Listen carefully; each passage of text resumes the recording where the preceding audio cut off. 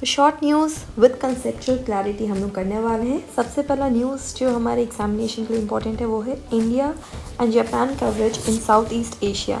अगर इस न्यूज़ की बात करें तो ये आर्टिकल आया था द हिंदू में। तो फ़िलीपीन अगर देखा जाए तो वो एक तरह से आ रहा है हम लोगों की ओर, यानी इंडिया और जापान की ओर for development and security cooperation, यानी कि उसका जो फोकस था चाइना लेड प्रोजेक्ट से वो शिफ्ट होता हुआ हमको देखने को मिल रहा है, क्योंकि बहुत सारे इश्यूज़ आ रहे थे फ़िलीपींस और चाइना के बीच में। जैसे कि साउथ चाइना सी तो हमें पता ही है, तो साउथ चाइना सी हो गया, उसके अलावा टेरिटोरियल डिस्प्यूट्स भी हमको देखने को मिल रहे थे।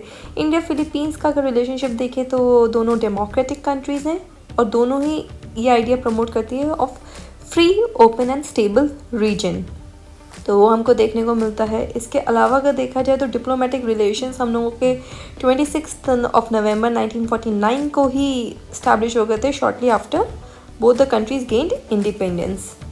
तो दैट्स देयर। एंड इंडिया का जो फोकस है वो फिलीपींस पे रहा है, क्योंकि इंडिया का एक पॉलिसी है that is look east policy 1992, and further इसको डाइवर्सिफाई कर दिया गया था with the act east policy 2014। So that's there. And economic relations plus defence, जैसे कि BrahMos missile deal, opening of a resident defence attache office in Manila, तो इस तरह की चीज़ें भी हमारे होती रहती हैं। तो डिफेंस कोऑपरेशन भी हमको देखने को मिल रहा है। जापान एंड इंडिया का अगर इंगेजमेंट देखा जाए तो साउथ ईस्ट एशिया में काफ़ी है। Free and open India Pacific यानी FOIP that is free and open Indo Pacific की पॉलिसी हम लोगों के बीच में है। फिर उसके अलावा partnership with Asian region, infrastructure development, connectivity projects, economic assistance, इन सब चीज़ों में हम लोग एक साथ आ रहे हैं। प्लस द रीजनल फोरम्स जिसमें दोनों कंट्रीज़ जो हैं यानी इंडिया और जापान एक्टिवली पार्टिसिपेट कर रहा है, that is East Asia summit and Asian regional forum. So that's there. तो इंडिया जापान का भी रिलेशन बहुत अच्छा रहा है। शेयर्ड वैल्यूज़ रहती हैं, again the idea of democracy, freedom, rule based world order and all those things. So that's their defense cooperation, act east policy, economic aspect. तो अगर देखा जाए तो Japanese helped during India's BOP crisis in 1991 and Japan India का 4th largest investor रहा है in the financial year 2020. So that's there. And the cultural link, Buddhism element, तो ये सब चीज़ें हमको पता ही है। फिर ग्लोबल पार्टनरशिप में देखा जाए तो हम लोग G4 के मेंबर हैं, एशिया अफ्रीका ग्रोथ कॉरिडोर के हैं, सप्लाई चेन रेजिलियंस इनिशिएटिव्स में है, क्वाड में है, तो वो हमारे के लिए बहुत इंपॉर्टेंट होता है। इसके अलावा nuclear corporation, India Japan nuclear deal 2016, जिसकी वजह से इंडिया ने बिल्ड किया था 6 nuclear reactors in southern India. So that's there.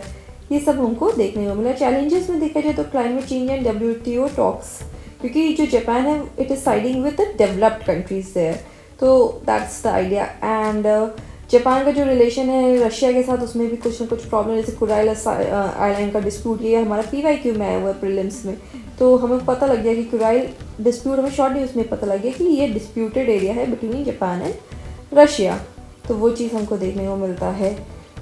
इसके अलावा हम लोगों का जो कॉपरेशन है वो लेकिन सेमीकंडक्टर में बहुत अच्छा हो सकता है, सेमीकंडक्टर की फील्ड बहुत अच्छी आ रही है, तो वो चीज़ भी आप लोग लिख सकते हैं। तो that's there. So this way Japan can actually help India in India's rise. So the global semiconductor chip manufacturing hub बन सकते हैं हम लोग, तो वो सब चीज़ें भी हम लोग लिख सकते हैं। एंड इसके अलावा अगर हम देखें तो और क्या इंपॉर्टेंट न्यूज़ हो सकता है, तो इंपॉर्टेंट न्यूज़ में आ जाता है हमारे पास बहुत सारे एक्सपेरिमेंट्स हो रहे हैं एंड बहुत सारी चीज़ें हो रही हैं अगर इकनॉमी में देखा जाए, जैसे again the idea of cricket. So the ICC has implemented a significant change to its gender eligibility regulations, prohibiting any player who has transitioned from male to female and undergone any form of male puberty from participating in women's international cricket. तो ये हमको देखने को मिल रहा है। तो ये है क्यों प्रोहिबिशन, तो यहाँ पे एक तरह से न्यू पॉलिसी बनाई जा रही है to protect the integrity of women's game, safety, fairness, ये सब हमको देखने को मिल रहा है। तो टेस्टोस्टेरोन बूस्ट एथलेटिक परफॉर्मेंस, जैसे कि मसल मास, स्ट्रेंथ और हीमोग्लोबिन लेवल्स को करता है, तो इस तरह से काफ़ी चेंजेस आ जाते हैं। तो उसको कैसे एसेंशियली इंश्योर करे कि द आइडिया ऑफ फीमेल, सो ये सब चीज़ें भी होती हैं। प्लस यहाँ पे लेकिन डिबेट इश्यूज भी आ जाते हैं, जैसे कि अगेन यहाँ पे जैसे जो ट्रांसजेंडर प्लेयर है in international cricket who will no longer be able to compete in women international games, तो ये प्रॉब्लम आ जाती है।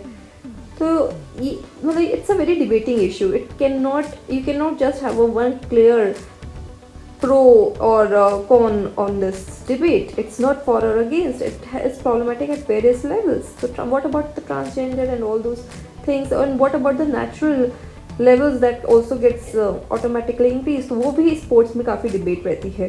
तो टेनिस वगैरह में आपको पता होगा वो सब डिबेट. तो वो है. नेक्स्ट अगर हम देखें तो ऑपरेशन करुणा म्यांमार का.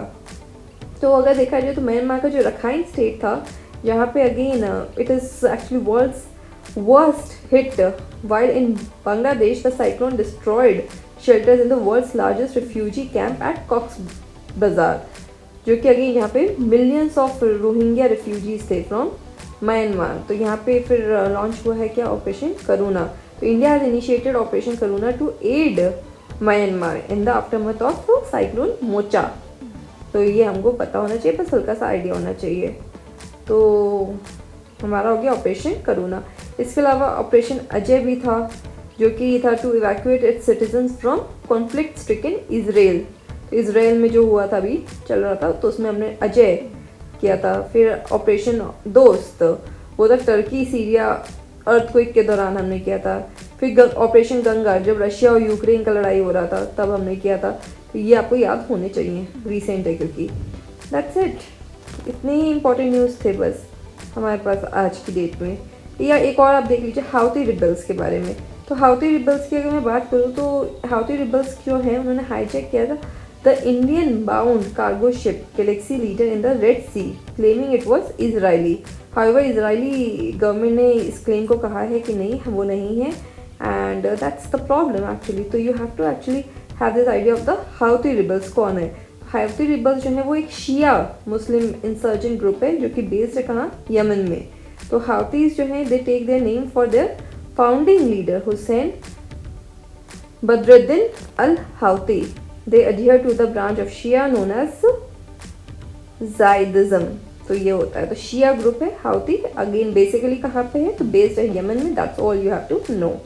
So that's there, and yes, these are the things that are very important. So short news का यहाँ पे सेशन होता है हमारा conclude.